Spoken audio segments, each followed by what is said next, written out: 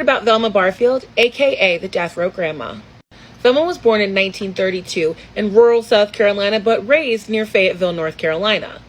She grew up living with a very abusive father, and when she was 17 years old, she ran away and married Thomas Burke. The two were pretty happy until Velma had to have an emergency hysterectomy, and she developed a dependence to prescription pain medication. Burke began to drink, and the two began to fight incessantly, and then on April 4th, 1969, after Burke passed out, she took her two children and she left. Coincidentally, the night that she left, the house burned down, and Burke with it. Less than a year later, she married widower Jennings Barfield, and within a year, he died of a heart attack. And wouldn't you know it, her second home also burned down. So she moved in with her mom and her two kids. And in 1974, her mom started having mysterious stomach pains. The symptoms always popped up quickly, and then within a few days, she felt a lot better. Finally, in December of 1974, it was just too much for her, and she died on December 30th. Then in 1976, Velma began working as an elderly care worker for a couple named Montgomery and Dolly Edwards. You know where this is going, right? Montgomery suddenly got sick with a strange stomach illness, and he died January 29th, 1977, and his wife Dolly died from the same symptoms about a month later. In 1977, Dolly took on another elderly patient named Record Lee, who had broken her leg. In June of that year, her husband started having mysterious stomach problems, and he died too. In 1978, Velma was still dating one of Dolly Edwards' relatives named Roland Stewart Taylor, and she got worried that he was going to notice that she was forging checks in his name, so she murdered him too. Finally, in 1978, a doctor said there's absolutely no way that Velma Barfield could be this unlucky, and so he ordered an autopsy. That autopsy proved that Roland Stewart Taylor, her boyfriend, had been murdered because there was arsenic in his system. They proceeded with the sentencing for Roland Stewart Taylor, and she was given death row. But the police were still feeling a little, So they exhumed Jennings Barfield's body and discovered that there was arsenic in his system as well. And later, while she was in prison, she admitted to killing Montgomery and Dolly Barfield, Record Lee's husband, John, as well as both of her husbands and her boyfriend. The reason? She had gotten into a lot of debt based on buying a lot of drugs. And so she was killing her husbands and people around her to forge checks and get insurance money. After becoming a devout Christian, Velma did try to appeal her sentence, saying that she was a changed woman. She was executed November 2nd, 1984. The first woman to be executed by lethal injection. Velma Barfield was born on October 29, 1932 in Eastover, North Carolina. Velma grew up in a poor, rural environment. She married Thomas Burke when she was just 17, and they had two children. However, her life was marked by personal tragedy. Her daughter died at the age of 3, and her son was severely injured in a car accident, leading to significant emotional distress. Her downward spiral began with the death of her mother, Lily Bullard, in 1974. Although initially ruled as natural, it was later suspected that Velma might have poisoned her with arsenic.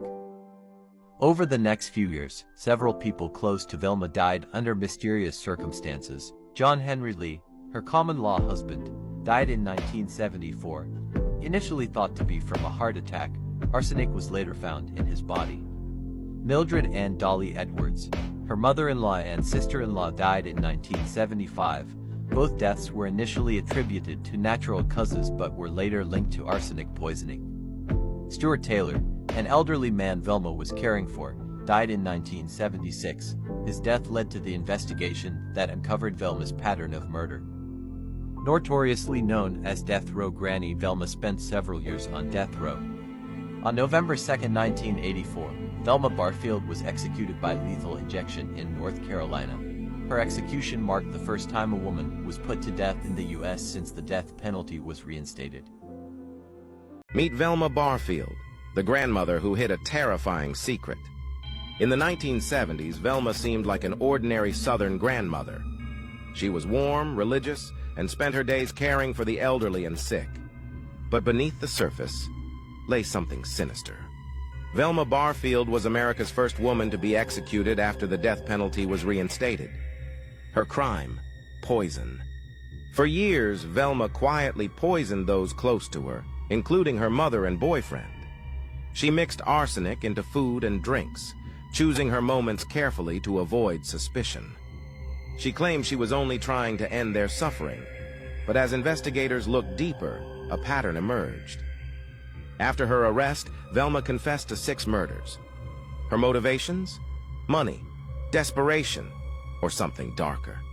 In 1984, Velma was executed by lethal injection, still claiming that she'd found God in prison.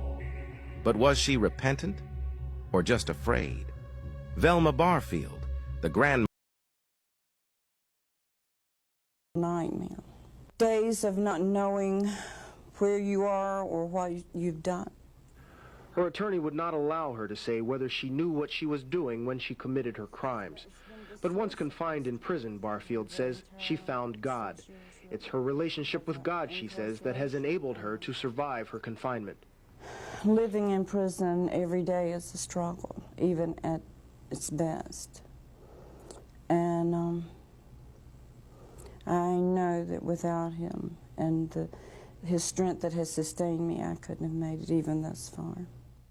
Now, drug-free, a repentant Barfield says she regrets the pain she has caused others. I'm sorry for the hurt that I've caused so many people. Today, if it were possible, I wish that I could take every bit of hurt on myself.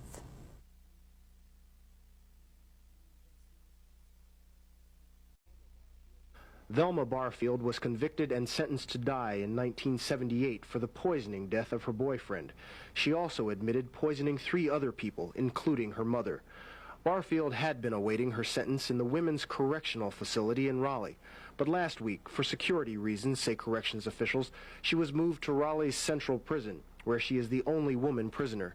She now waits in virtual isolation in a cell just across from the execution chamber, a constant reminder, she says, of her likely fate. It's total, isolation from everybody that I had been with for almost 6 years. The first week I was here was the worst week that I have spent.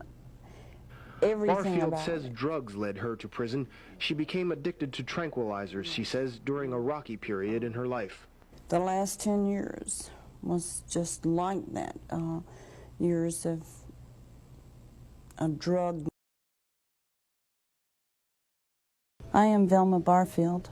I became an American serial killer who was the first woman to be executed by lethal injection in the United States.